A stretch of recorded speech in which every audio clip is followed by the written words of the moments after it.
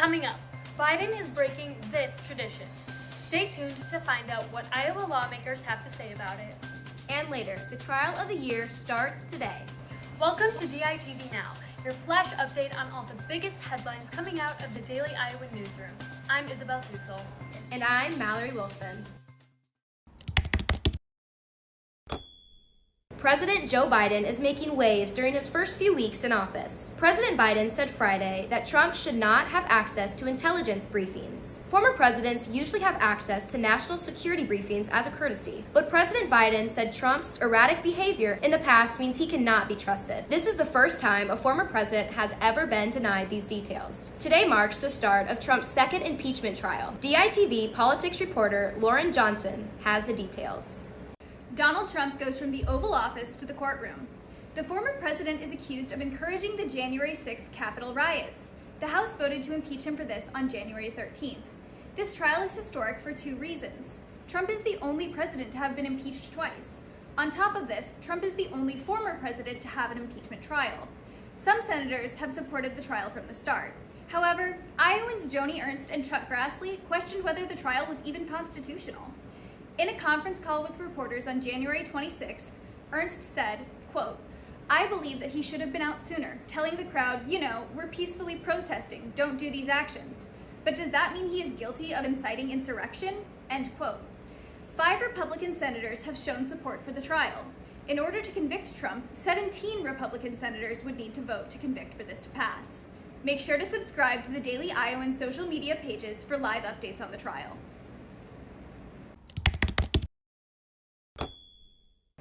New year, new Hawkeye Sports. The official Iowa Hawkeyes app launched on January 29th.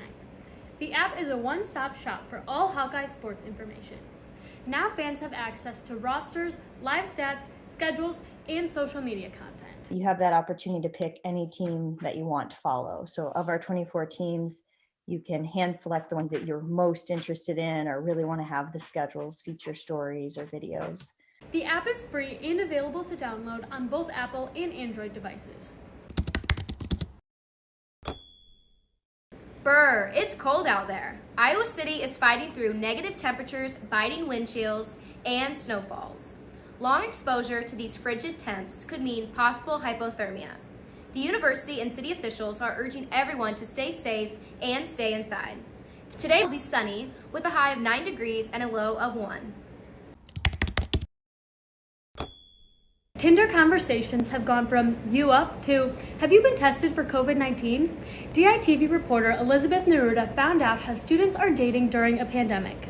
Dating has always been a big part of college life, but for almost a year, COVID-19 has put a damper on the normal dating scene.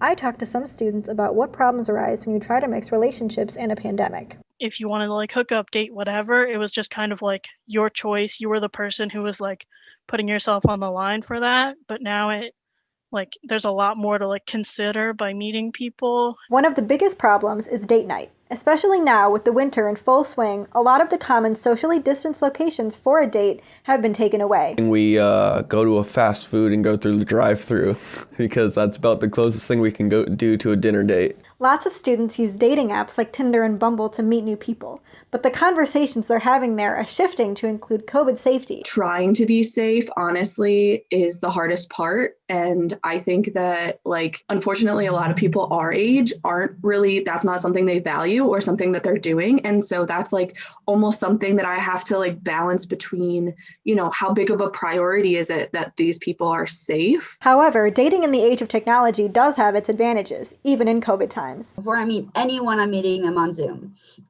because one, security, two, that's acceptable now. Staying safe from COVID-19 has become an integral part of everyone's lives, and dating is no exception. But students have found a way to continue meeting people and having relationships. From the University of Iowa, Elizabeth Neruda, DITV. Seasonless and seniorless. That was the state of Iowa volleyball 6 months ago. While the season is up and going, the Hawkeyes still have no seniors leading their team. Despite this, the team is ready to dominate the court. We had a long time to train, so obviously it's a little bit monotonous after all the time, but we were eventually ready to play and everything came together. After all the drama of the season, the volleyball team won their first game against Indiana. gone through a little bit of adversity at the beginning, but for this team full of freshmen and sophomores, and then we sprinkle in some juniors with Hannah Clayton and Maddie Slago, this was truly a win that it just feels really good to see that we can be a success. Iowa Volleyball will have their next game against Ohio February 12th. Thanks for tuning in to DITV Now. We'll be back tomorrow with the latest on the University of Iowa, Iowa City, and Hawkeye Nation. From Iowa City, I'm Isabel Tussel. And I'm Mallory Wilson. Have a great day.